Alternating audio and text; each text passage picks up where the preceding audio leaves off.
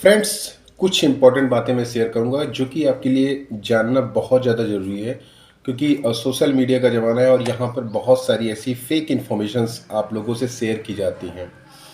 तो मेरा ये एक मकसद रहता है कि आप लोगों को जेन्युइन इन्फॉर्मेशन दी जाए, क्योंकि अल्टीमेट क्या होता है कि आपको फेक इन्फॉर्मेशन दे दी जाएंगे, आप उसके भरोसे अगर रहेंगे तो आप ना ईयर लॉस कर सकते हैं, क्योंकि एग्ज़ाम का टाइम बहुत ही नज़दीक आ रहा है और इस समय डिस्ट्रैक्शन आपको होगा तो अल्टीमेटली लॉस आपका होगा, क्योंकि यूट्यूबर्स तो इस तरह की वीडियोस बनाएंगे ही।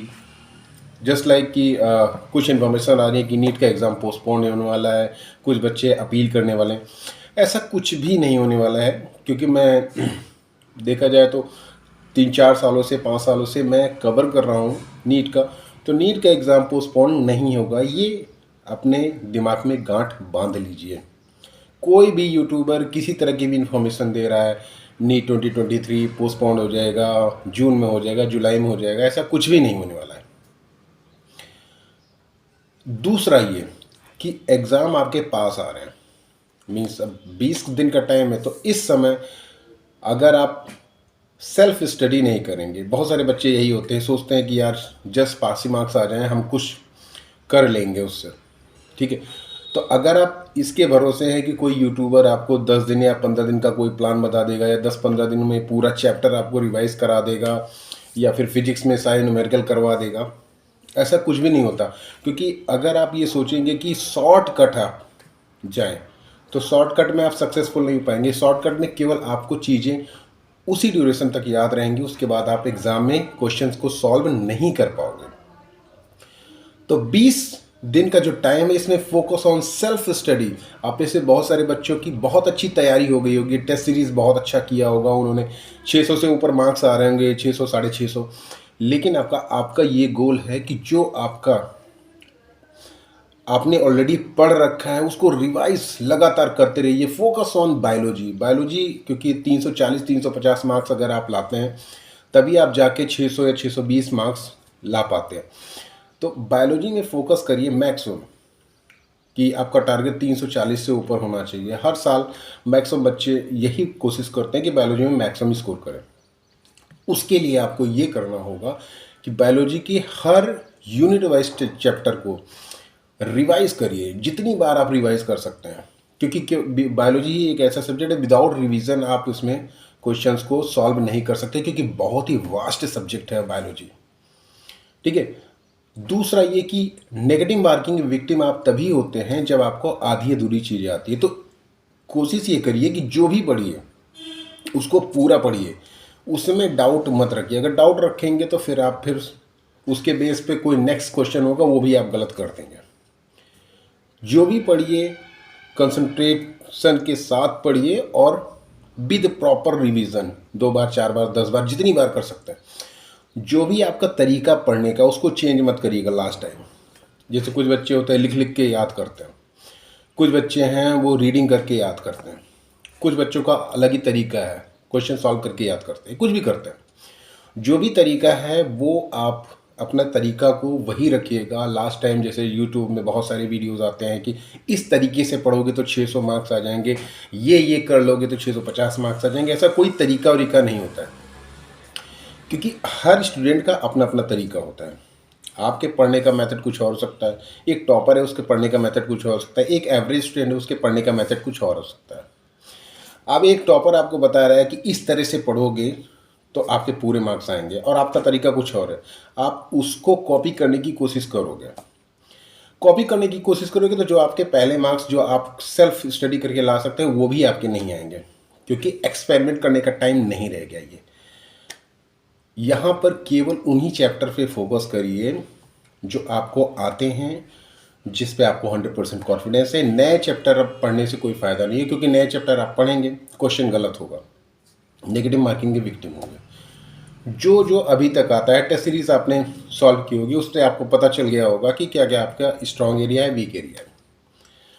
फोकस ऑन दीज एरियाज, ठीक है। अब नई चीज़ें आप पढ़ेंगे तो फिर आपके लिए प्रॉब्लम हो जाएगी। फिजिक्स की बात है जहाँ तक, तो फिजिक्स तो पिछले 2-3 सालों से, मीन्स जब से कोविड आया है तब से फिजिक्स का क्वेश्चन पेपर काफ़ी इजी कर दिया है। तो वन लाइन क्वेश्चन भी इसमें आते हैं, सिंपल फॉर्मूला बेस्ड क्वेश्चन आते हैं, एक लाइन में आपका आंसर निकल आता है। तो फोकस ऑन बेसिक, बेसिक पे फोकस करिए। छोटे छोटे क्वेश्चन होते हैं, छोटे छोटे फॉर्मूले में आप पुट अप करके आंसर निकाल सकते हैं, या छोटे छोटे फंडामेंटल्स होते हैं जो आपको याद रहेंगे, जो आपको रिवाइज करे रहेंगे, तो आप तुरंत उसका आंसर दे सकते हैं। बाकी कुछ नहीं करना फिजिक्स में। केमिस्ट्री का भी यही हाल है, केमिस्ट्री में मैक्सिमम रिवीजन करिए। फिजिकल केमिस्ट्री में कुछ फार्मूलाज हैं, उसी के बेस पे हर साल क्वेश्चन पूछे जाते हैं। केवल 2 4 या 5 सेलेक्टिव फार्मूला हैं जिसके बेस पे आपको पूछा जाता है। तो कहने का सीधा सीधा मतलब ये है कि हर एक चीज़ को सिस्टमेटिक ढंग से आप लेके चलेंगे तो आपको कोई प्रॉब्लम नहीं होगी स्कोर करने में। एक्सपेरिमेंट का टाइम नहीं है। और दूसरा ये कि फॉर्मूला बुक बना लीजिए, खासकर फिजिक्स में, क्योंकि फिजिक्स में हर एक चैप्टर में काफ़ी फार्मूले होते हैं। या तो फार्मूला आप बना लीजिए, या तो इतनी प्रैक्टिस कर लीजिए क्वेश्चंस की, सेम टाइप के क्वेश्चंस के जो एग्ज़ाम में पूछे जा रहे हैं। 2-3 साल के क्वेश्चन पेपर उठा के आप देख सकते हैं कि किस रेंज के, किस टाइप के क्वेश्चन पूछे जा रहे हैं और किस फॉर्मूले के बेस पे मैक्सिमम क्वेश्चन पूछे जा रहे हैं। उनको आप सॉल्व करेंगे तो कोई दिक्कत नहीं होगी। तो उस तरह के क्वेश्चंस के फॉर्मूले में मिस्टेक मत करिएगा। फॉर्मूला कंफर्म कर लीजिए अपना, मीन्स फॉर्मूला में मिस्टेक नहीं होनी चाहिए। खासकर बच्चे जो ऑप्टिक्स के क्वेश्चन होते हैं वो प्लस माइनस में ही मैक्सिमम गलतियां करते हैं, तो उसमें तो आपको फॉर्मूला एकदम पता होना चाहिए कि कौन सा फॉर्मूला किस जगह पे लगेगा। ठीक है, तो फॉर्मूला में मिस्टेक नहीं होनी चाहिए, इसलिए आपको फॉर्मूला बुक बना लीजिए और उसको रिवाइज करते जाइए कि क्या क्या कैसे कैसे फॉर्मूला कब क्यों और कैसे लगता है। ये सारी चीज़ें करेंगे तो आसानी से, बड़े आसानी से हो जाएगा। यहाँ पे कोई रॉकेट साइंस नहीं है कि ये चैप्टर पढ़ लो तो इतने मार्क्स आ जाएंगे, ऐसा कुछ नहीं है। आपको केवल फोकस करना है जो आपको आता है। अब मैं चैप्टर आपको सारे बता दूं कि ये चैप्टर पढ़ लो तो आपके 650 मार्क्स आ जाएंगे, और आपका वो चैप्टर तैयार नहीं है और आप नई चीज़ें पढ़ने जा रहे हो, तो फिर नई चीज़ें इस समय आप उसके बेस पे क्वेश्चंस तो नहीं सॉल्व कर सकते हो ना। हाँ, जो चीज़ें बायोलॉजी की हैं या फिर केमिस्ट्री की हैं जो आप रिवीजन के थ्रू याद कर सकते हो, उन्हें तो याद कर सकते हो, लेकिन फिजिक्स में आप ऐसा नहीं कर सकते हो, क्योंकि न्यूमेरिकल बेस्ड फिजिक्स होती है। 80 to 90% मैक्सिमम क्वेश्चंस आते हैं वो न्यूमेरिकल बेस पे ही आते हैं। छोटे छोटे क्वेश्चंस आते हैं लेकिन न्यूमेरिकल बेस पे ही आते हैं। तो ये सारी चीज़ें आप करके एग्ज़ाम में जाएंगे तो 100% आप कुछ भी गलती नहीं करेंगे, और जो भी आपका डिज़ायर मार्क्स है वो आप अचीव कर सकते हैं। तो फोकस करिए, there is no chance for need postponement.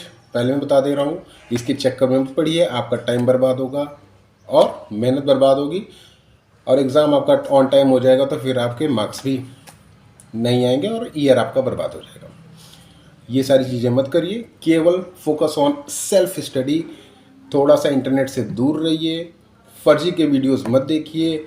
2 दिन में किस तरह से नीट को रिवाइज कर रहे हैं, मीन्स फिजिक्स को रिवाइज करें, 2 दिन में किस तरह से केमिस्ट्री को रिवाइज करें, इस तरह के जो शॉर्ट ट्रिक्स होते हैं इस पर फोकस मत करिए। जो आपका तरीका है उसी तरीके से आप चलिए आगे, तभी सक्सेसफुल हो पाएंगे। That's all.